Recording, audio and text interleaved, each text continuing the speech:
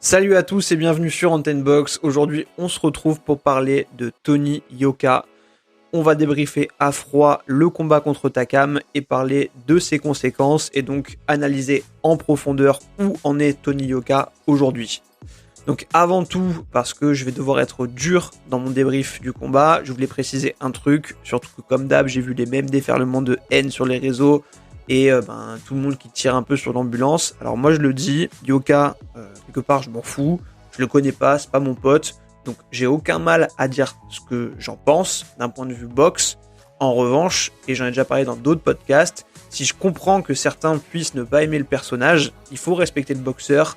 Donc avant de démarrer, ça n'engage que moi, mais je le dis quand même, gros respect à Tony Yoka, même si mon débrief va piquer, parce qu'en tant qu'analyste de boxe, il y a beaucoup de choses que j'ai vues qui m'ont pas plu du tout, mais respect à l'homme, déjà parce que c'est lui qui fait bouffer la boxe en France depuis des années. Sans lui, on aurait un engouement qui serait quasi nul et beaucoup de mal à organiser des soirées. Il nous a quand même ramené une médaille d'or olympique. Et donc, le fan de boxe que je suis lui dit merci, forcément. Et bravo à lui aussi d'avoir pris des risques en voulant donner un gros combat aux fans et en prenant Takam pour son retour, même si c'était clairement pas le meilleur choix à faire, on va en parler. Et aussi respect encore une fois, dernier point, mais de s'être arrêté devant les micros, d'avoir débriefé avec tout le monde après une deuxième défaite consécutive en sachant ce qu'il va manger derrière comme critique. Je trouve qu'il a eu la classe de s'arrêter partout.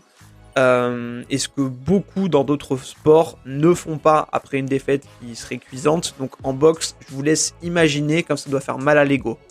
Surtout que Yoka, on le critique, et je respecte encore une fois qu'on l'apprécie pas pour ça, mais on le critique pour avoir trop parlé. Mais lui, en fait, ce qu'il faut se dire, c'est qu'il s'est construit justement, comme beaucoup de boxeurs, sur cette assurance. Et on voit que c'est le fait d'avoir perdu cette assurance qui est en train de le miner aujourd'hui. C'est ce qu'on va développer. Parce que contre Takam, quelque part, il a montré certes des limites techniques, mais le plus marquant, c'était les limites mentales. Et du coup, c'est ça qui fait que ça va être compliqué. Donc maintenant que j'ai dit ça sur Tony Yoka et manifesté mon soutien qui est vraiment sincère, de l'autre côté de la pièce, je vois aussi beaucoup de pages box qui surencensent Carlos Takam, mais dans des... que au regard de Tony Yoka en fait, en disant la façon de saluer la performance de Takam, c'est une façon de minimiser la défaite de Yoka, ce que je pense qu'il faut pas faire, parce qu'on voit partout il a été monstrueux, bravo à Yoka de l'avoir pris, etc. Oui, d'accord, mais quand je vois aussi que ça reprend uniquement les citations de soutien à Tony que Takam a fait en fin de combat, ok, c'est important de le mentionner, mais il y en a pour lesquels on a l'impression que il y a que ça à retenir du combat, quoi, que c'est ça le plus important, alors qu'en vrai non. Takam a gagné, Takam a mieux boxé, c'est une évidence, mais la réalité, c'est que déjà Takam a fait du Takam tout le long, donc il n'y avait pas de surprise dans sa façon de boxer. On savait que Takam était un bon boxeur, que c'était un choix, je le répète encore une fois, oui bien sûr, courageux pour un combat de retour, et encore une fois, c'était clairement pas le plus malin, mais le drame de Tony Yoka, c'est qu'il a zéro marge de manœuvre, donc il a été un peu forcé au kit ou double, quelque part, parce que, qu'est-ce que les gens auraient dit s'il était revenu contre un adversaire de seconde zone, surtout quand on connaît le public boxe en France, qui a une culture très minime, et si c'était un nom qui leur parlait pas du tout, ils auraient encore une fois pété les plombs en disant qu'il affrontait que des bouchers, et encore même avec un combat contre Takam, il y a eu du mal à remplir le zénith, donc c'est quand même chaud. Donc oui, Yoka a fait un choix courageux et a boxé un bon boxeur, mais il faut remettre l'église au milieu du village, quel que soit le contexte, quel que soit le combat que faisait Takam. Si Yoka voulait être au niveau de ses ambitions, à savoir une ceinture mondiale, il devait battre Takam. Il devait le battre. Donc le fait qu'il ait perdu, ça a montré à la fois des limites techniques, il n'a pas réussi à prendre le dessus, à être meilleur, surtout qu'il n'a pas un peu perdu, il s'est vraiment fait bouffer. Et ça a montré du coup ces limites techniques, des limites mentales, parce qu'elles sont liées à ça. Et justement, ça montre que Yoka n'a pas su se relancer, et s'il veut être au top niveau mondial, ça demande des réponses sur ces deux points, à savoir 1, technique, et 2, mental, être capable de surpasser la défaite, et de surclasser un boxeur qui est censé être moins bon que toi. Et là, il n'a pas su délivrer, et c'est ça qui est inquiétant, parce qu'encore une fois, Takam est très bon, mais il a fait ce qu'il a l'habitude de faire, il n'y avait pas de surprise dans sa façon de combattre, donc moi de mon côté je suis très surpris qu'il n'y ait eu aucun ajustement de la part de Yoka dans sa façon de boxer par rapport à ça, Et surtout, Takam, voilà, c'est un mec qui a été certes très valeureux, mais dominé dans toutes ses sorties contre les tops de la catégorie. Alors bien sûr, c'était souvent en short notice, mais on va pas se raconter d'histoire encore une fois. Contre un boxeur de 42 ans, Yoka, s'il voulait être au niveau, devait gagner. Il n'a pas gagné, donc les enseignements qu'on doit en tirer, ils sont sans appel en fait. Et je suis content aussi qu'on n'ait pas eu de vol, parce qu'à un moment j'ai eu peur, quand je voyais les cartes de Canal, je me disais c'est abusé. Franchement, honnêtement, je suis peut-être dur, mais je vois pas comment on peut donner plus de 2 rounds à Yoka. Franchement, et on donne même tous les rounds à Takam, ça me choquerait pas plus que ça, quoi. Donc d'avoir des cartes aussi serrées, je trouve ça abusé. Bon, heureusement, il n'y a pas eu de vol. Franchement, j'ai pensé, parce que je me suis dit comment ils vont faire All-Star Boxing, et ils devaient transpirer quand ils voyaient le combat, de se dire c'est quoi la prochaine étape en fait, et on va en parler. Mais c'est vrai que c'est très dur, et je suis quand même content du coup qu'on ait vu le bon boxeur sacré ce soir, même si les cartes étaient pour moi beaucoup plus larges que ce qu'on a vu.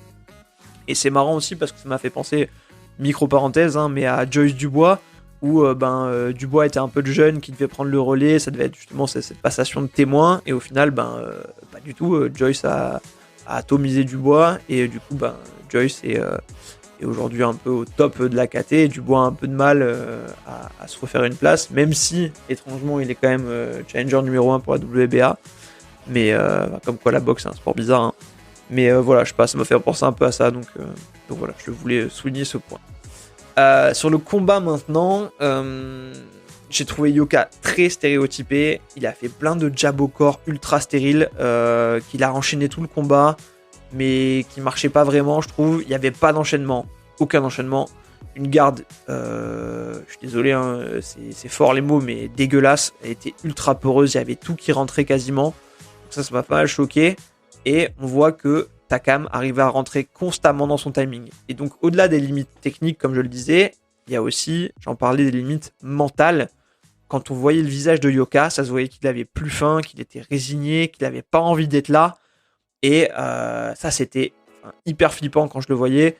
Et on se rend compte qu'en fait, les cicatrices psychologiques de Bacolé, elles sont beaucoup plus fortes que ce qu'on pensait. Et il y avait d'ailleurs une question, j'avais lu, il y avait un article de l'équipe 1 ou 2 jours avant le combat, où les journalistes lui demandaient où en était sa confiance aujourd'hui, et la réponse qu'il avait donnée, c'était je le dirai après pour pas donner d'indice à mon adversaire. Donc ça, en général, ça sent pas bon, et justement, on a vu un Yoka perdu mentalement, même quand il est monté sur le ring, et à un moment, je me suis même demandé, alors je savais qu'il le ferait pas, mais il avait la tête d'un mec qui était capable d'abandonner, en fait, et résigné, quoi, qui avait pas de solution, et donc c'était terrible, et je trouve que son langage corporel, il montrait vraiment ça. Donc il avait besoin de se rassurer, mais il a été incapable de faire mal, et du coup c'est les mêmes doutes qui reviennent. Je vais en parler un peu après, et au-delà de ça, il a voulu tenter plein de trucs bizarres dans lesquels il est pas bon de base, et concrètement dans un combat dans lequel tu as besoin de te rassurer, ça t'aide pas. Typiquement, les clinches, les phases d'accrochage, désolé, mais c'était catastrophique, vraiment. Alors, il était pas très bon là-dedans, mais là, il a voulu en faire plus là-dedans, s'essayer à des choses, mais vraiment, je vous jure, ça me mettait mal à l'aise de le regarder, tellement c'était mal fait, quoi. Et je me disais, mais pourquoi tu fais ça, et comment à ce niveau, tu peux être aussi limité dans des phases qui sont aussi critiques que ces phases-là. En fait, en poids lourd, c'est hyper important de savoir bien s'accrocher, bien tenir, et là, on voyait qu'il était en galère à chaque fois. Et au-delà de ça, ce que j'ai trouvé inquiétant, c'est qu'il était lent, je trouve, dans ses coups. Alors, il arrivait très lourd au combat, et qu'il avait pourtant peu d'impact. Donc, le fait qu'il soit lourd, c'était un peu choquant qu'il ait si peu d'impact, mais ça peut aller avec la lenteur qu'il manifestait. Et voilà, ça m'a pas mal marqué. Et on voit aussi que, quand on parle de ça, du manque d'impact, Takam avait pas peur, et à aucun moment, Yoka a obtenu le respect de Takam là-dessus. Donc Takam, il lui est rentré dedans, quand il a vu que ça passait, il s'est dit allez, je continue, et il a continué à lui rouler dessus, et à développer de plus en plus son jeu. Pour moi, ce qui a manqué à Yoka au final, c'est qu'il aurait dû boxer beaucoup plus en ligne, avec un jab puissant, des combinaisons, mais des uppercuts quand il rentrait. On savait que Takam allait rentrer, qui était plus petit. Et ensuite, si tu vois que tu n'arrives pas à obtenir le respect sur la puissance, et à ce moment-là, propose du volume. Change, développe plus d'alternatives. Et justement, en plus, Yoka, il a ses cordes à son arc. Et je pense qu'il peut être capable, justement, d'avoir une boxe qui se mise plus sur le volume que sur la puissance, et c'est d'ailleurs peut-être vers ça qu'il devrait s'orienter aujourd'hui, parce que son punch, il commence vraiment à poser des questions, mais on voit qu'il n'avait pas les outils pour s'adapter, parce que, comme je l'ai dit, il avait peu de combinaisons et beaucoup de mal à mettre de la vitesse. Et surtout, il s'est fait bouffer sur le timing, et Takam a fini par rentrer dans sa tête en fait. Donc là, Yoka, on l'a vu un peu tenter des déplacements et de bouger, mais encore une fois, alors, on parle des déplacements de Yoka comme une force, et oui, il a des bonnes capacités de mouvement pour un mec à son poids, mais là, ses déplacements, ils étaient complètement stériles, parce que suivi d'aucune remise ou d'aucun contre, donc en fait, ce qu'il faisait, c'était juste fuir, et ça donnait une impression qui était encore une fois assez terrible. Et comme je l'ai dit, il a mêlé beaucoup de choses différentes dans sa façon de boxer. Et à la fin, on aurait dit qu'il savait même plus comment il voulait vraiment ou comment il savait vraiment boxer en fait. Et donc en face, quelque part, t'as un mec donc où t'es plus trop sûr de ta boxe et t'essayes quand même de mettre de la puissance. Et tu vois qu'en fait, ça l'ébranle pas. Il a pris quelques bons coups, quelques droites pleine tête Takam, et on voyait que ça l'arrêtait pas plus que ça. Et donc en fait, quand il voit Yoka qui met 2-3 belles droites et que ça ébranle pas du tout Takam, t'as les fantômes de Bacolé qui reviennent, où il se revoit en train de lui mettre des coups plein fer. Moi je me souviens, j'étais à Bercy ce soir-là, on voyait l'impact des coups et on voyait Bacolé continuer à avancer comme s'il se passait rien en fait. Et quand tu vois aussi du coup que Takam, de son côté lui, c'est pas non plus un puncher, mais que t'as peur d'y aller et que t'oses pas vraiment rentrer en combat physique, et ça va pas, parce qu'on peut se demander aussi ce qu'il fera contre les tueurs de la division, quoi.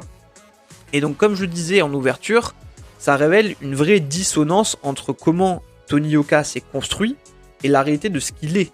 Et c'est dans ce gouffre-là, en fait, dans cet entre-deux qu'il est en train de se perdre.